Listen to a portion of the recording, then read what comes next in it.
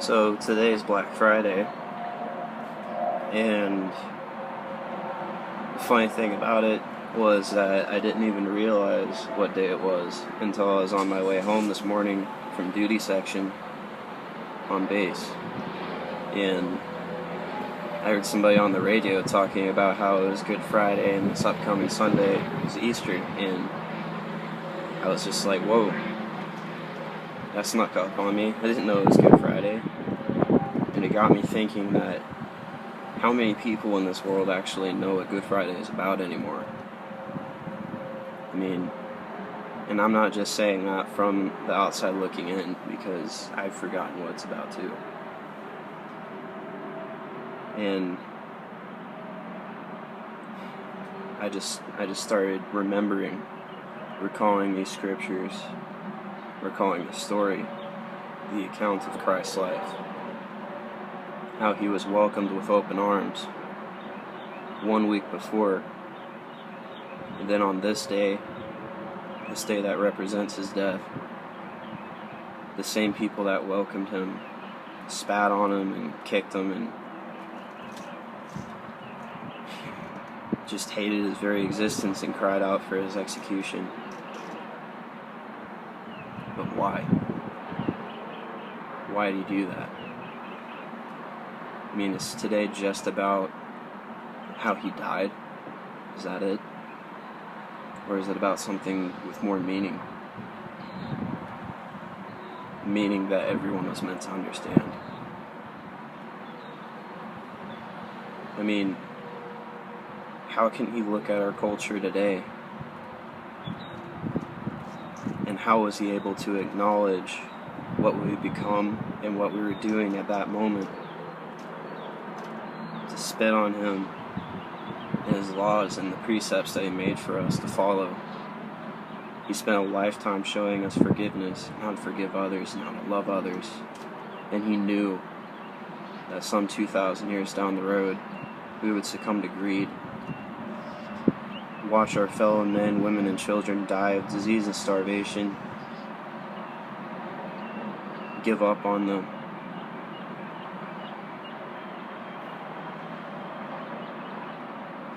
We see all these things happen, and the ones that don't ignore it aren't any better. They just look up at the sky and ask God why he hasn't done anything about it. Why hasn't this all-powerful God that's supposed to have created us and supposed to have loved us done anything to alleviate the struggles of the world? When we don't think about the idea that he might have already done that by creating us. And we sit here and refuse to fulfill his purpose. We sit here and refuse to show love and support for our fellow men, women, and children.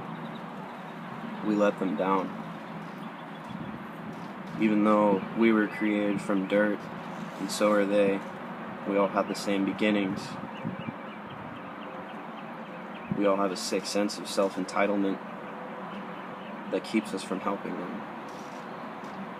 And we blame it all on God. Why doesn't he help these people when he made us to help them? He sees us all be disgusting throughout our lives. 6 days of the week, spit in his face, and on the last day of the week, get down on one knee and beg forgiveness for it all, only to do it again the next week. That's never what was intended. And like I said, I can't say this from the standpoint of a saint, because I am what I'm describing. I'm one of those people. And even as we commit these acts, we lie, we cheat, we steal, all at the expense of the suffering of the people next to us.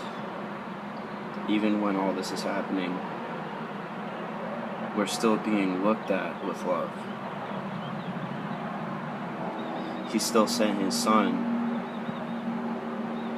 to live a life of forgiveness and passion, to show others the way to live, only to die a brutal death. be betrayed by one of his best friends, denied 3 times by another, and forsaken by his own father as he suffocated and died on a wooden cross. He could have backed out of it any time. He could have forsaken us just like his father had forsaken him. He never did.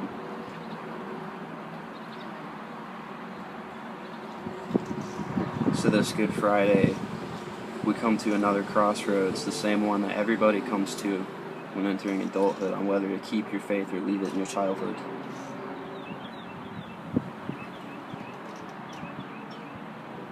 It's up to us if we're going to choose to accept the free gift that Christ fought so hard to give us, or if we're going to spit in his face for another week. I listened to a minister the other day say, "Oh, how glorious he is that he would see you like that and not give up. That he would see us like this and still be willing to wash everything away and to make us new again."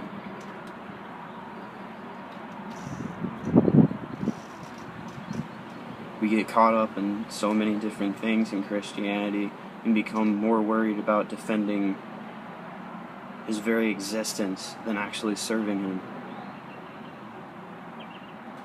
About arguing with atheists and non-believers about why he exists, all the while forgetting why he exists